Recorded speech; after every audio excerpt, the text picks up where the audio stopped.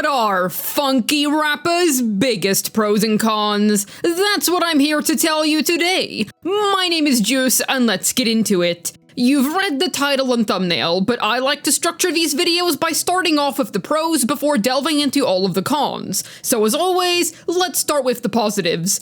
For instance, she is an imaginary breaking queen. Like, her breaks are not a joke. If you need to deal with imaginary weak content of any kind, then Rappa is the right ninja for the job. She is going to utterly decimate it better than any other character can. So if you feel like you're lacking elemental coverage with imaginary, then imagine how good Rappa would be for your account. Haha, I'm so smart. Anyways, there is genuinely going to be no better person for the job if you're looking to break imaginary weaknesses. I believe that it is going to be crazy how good she is at this one specific thing. That's partly because of how specialized she is. The best meta units in Honkai Star Rail tend to be the ones that can work across many scenarios in various situations. However, Rappa is primarily specialized for one type of content only, that being any place where there are imaginary weak enemies to deal with, or fire thanks to Lingsha or Gallagher both being major players in her best teams. She trades having effective flexibility in exchange for being more niche. I don't think being niche is a bad thing in of itself. After all, if a character is extremely good at what their dedicated role is, there are bound to be many people who specifically need what said unit offers.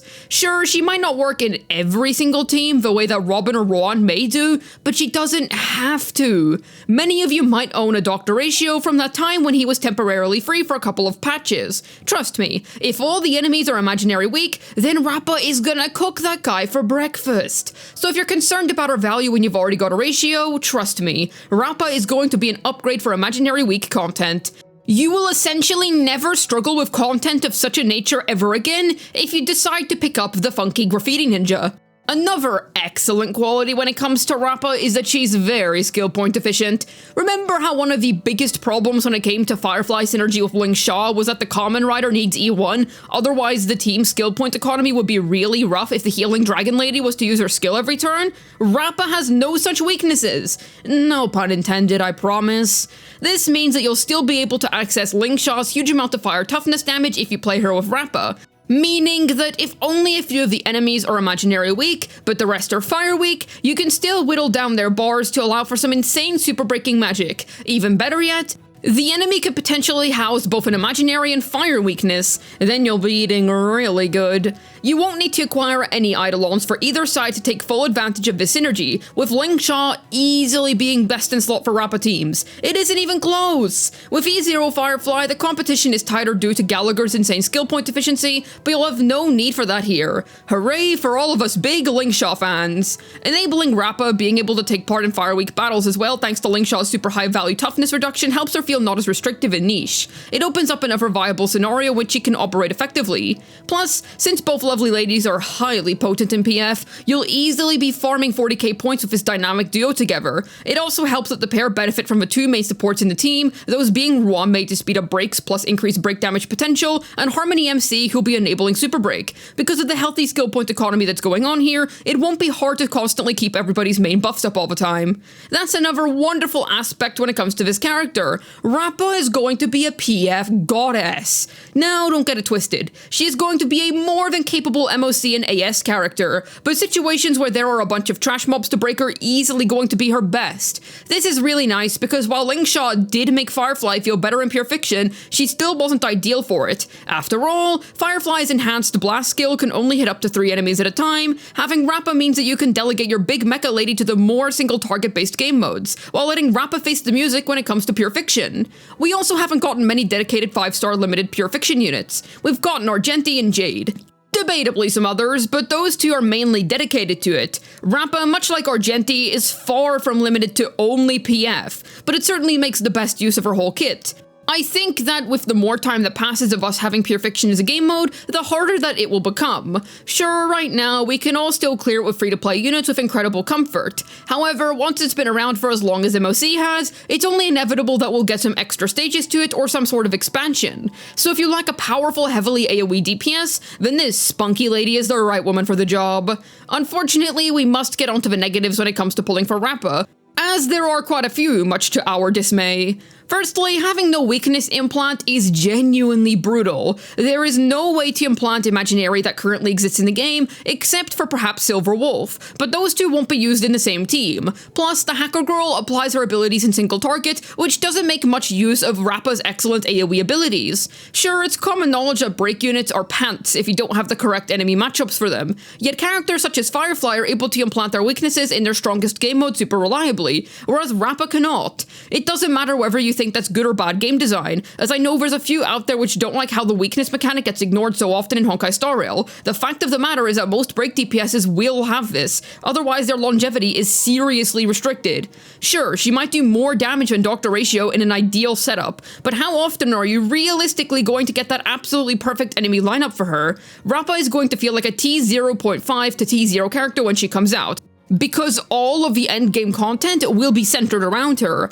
While that sounds like common sense, as Hoyoverse always does this with new units, it's especially damning in her case because tailoring endgame content to break units always leads to incredibly skewed results, which are always way more in their favor than usual. Sure, somebody like Acheron will be good at an MOC dedicated to her, but you'd agree with me when I say that she's still an S-tier character outside of her dedicated banner periods, yes? It isn't gonna be like that for the Funky Ninja. She will feel unfathomably good for her banner duration, then fall off completely the moment that imaginary weaknesses get removed from the main endgames. Even a few imaginary weaknesses on the enemies is fine, to be fair, as long as it's on your main targets, but if not, Rappa's cooked. Now, the benefit of this is that when new imaginary units come out, Rappa enjoyers know that they'll be eating well. Ratio or Dylan rerun? Ah yes, Rappa-centric endgame. Even so, this also has other inconveniences. This is going to be really annoying for people who simply like the character and want to enjoy her while playing the main story or fighting in the overworld. Not every enemy is going to have an imaginary weakness, therefore making her a pretty inconvenient unit at times. Yes, Linkshot does help alleviate this by burning down fire weaknesses. Even so, if there's no imaginary or fire weaks on the enemy, yeah, then you're actually cooked. Plus, there's gonna be a lot of skippers on the current banner so that they can pick up the new unit in the first place, and Linkshot came right after an insane banner period, so I think it's realistic to assume that not a ton of folks are gonna have her. This could be solved in the future by a reliable AoE Silverwolf that had happened to fit into Break Team somehow, but I have a hard time believing that they'd ever cook up a unit with that ability who can also surpass Ruan, Mei, and HMC in Super Break Teams.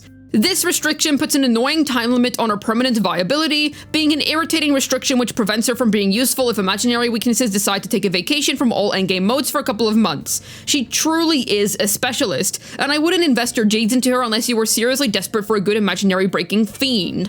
Another problem I have with Rappa is that it's very difficult to justify her pull value when Firefly exists. No matter what way you look at it, the Common Rider is simply a better break DPS. She will probably do more damage on average, I would imagine, can implant fire weaknesses, which makes her far less restrictive in comparison to Rappa, and gives her far more of a shelf life. She mostly loses out to the new character when it comes to both PF and effectively using Linkshot at E0. Even so, if you're gonna get a PF DPS, I don't know why you'd want to opt for the most restrictive one. Literally just get Jade instead, she will be fine. Himiko and Herta will continue to clear until we get a PF unit who doesn't demand specific weaknesses so much.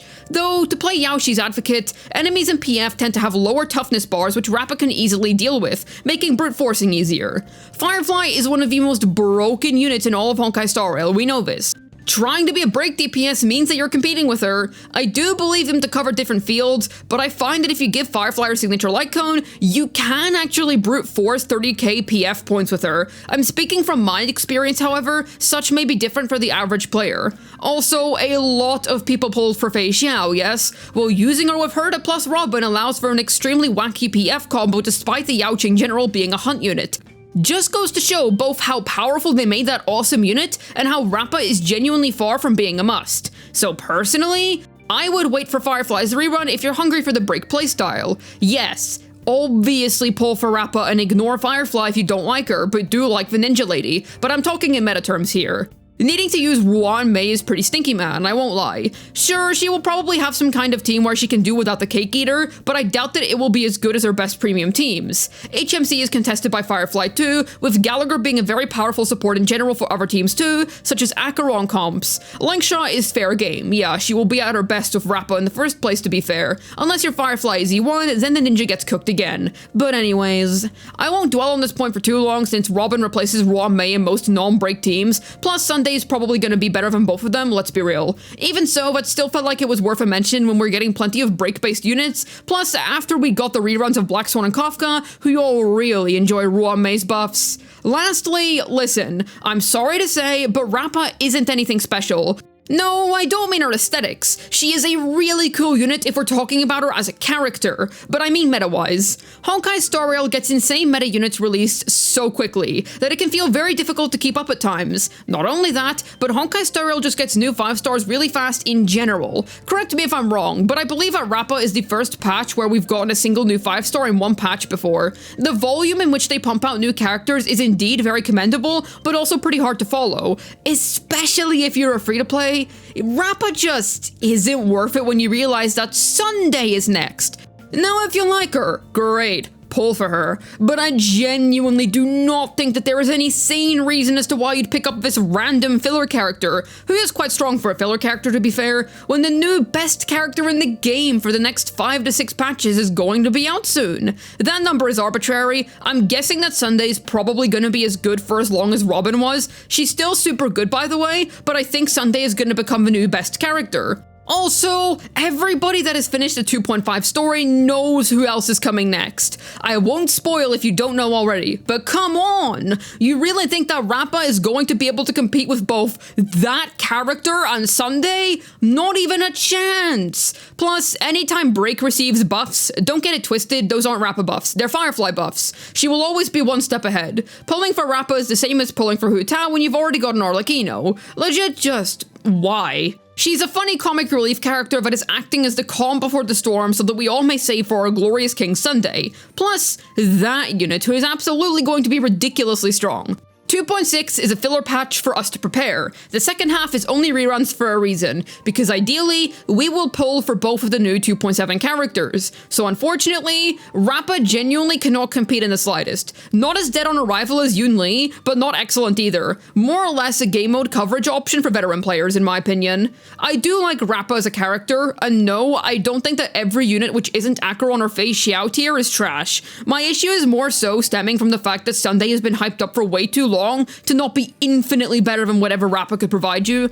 Of course, if you absolutely adore the character, don't let this video deter you. Pull for the units that you love the most, as they'll always have their time in the endgame spotlight every once in a while. She is more than serviceable at the end of the day, and is certainly above average meta-wise for a filler character. You'll still have time to save for Sunday in the second half of 2.6 at the end of the day. Hopefully this video was able to tell you Rappa's biggest pros and cons. This has been Juice, signing out, and I think I'd absolutely cook Rappa in a game of Roblox auto rap battles. I have 100+ wins on the original game, trust me.